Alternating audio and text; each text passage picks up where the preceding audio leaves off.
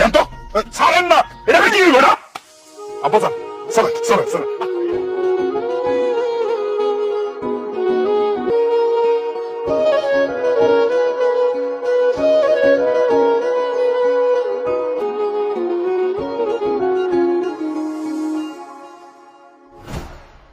কি করলেন এটা আপনি?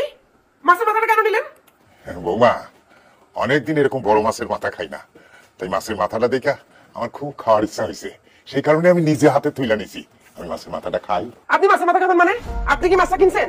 মাছটা কিনছে আমার আব্বা। আমার আব্বা মাছের মাথা খাইবো। আপনি লজ্জা করেন, আপনি মাছের মাথা নিছেন?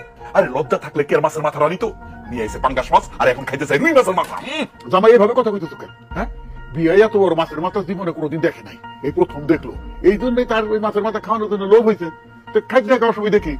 হ্যাঁ, আমি এবার মাছের মাথা খাইতে গেছে অভ্যাস করে ফেলাইছি। মাছের মাথা ছাড়া তো ভাতই খাইতে পারি না। থাক, ঠান্ডা ভাত। আয় আয় আয়, কি বলেন আব্বাজান? আপনি ভাত খাবেন না মানে? আপনি ভাতও খাইবেন, মাছের মাথাও খাইবেন।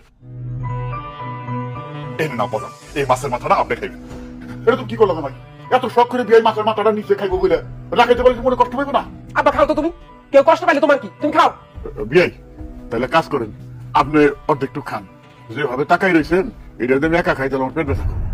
না, আপনি পুরাটা খান, আপনার পেটে কোনো অসুবিধা হইব না। আমার নজর অত খারাপ না। ঠিক আছে, আপনারা তো এত করে কই বেনেছেন, তাহলে আমি খাই না কি গো বাবাজি? হ্যাঁ, মানে খুব একটা খাই না, আবার না খাইলেও হয় না।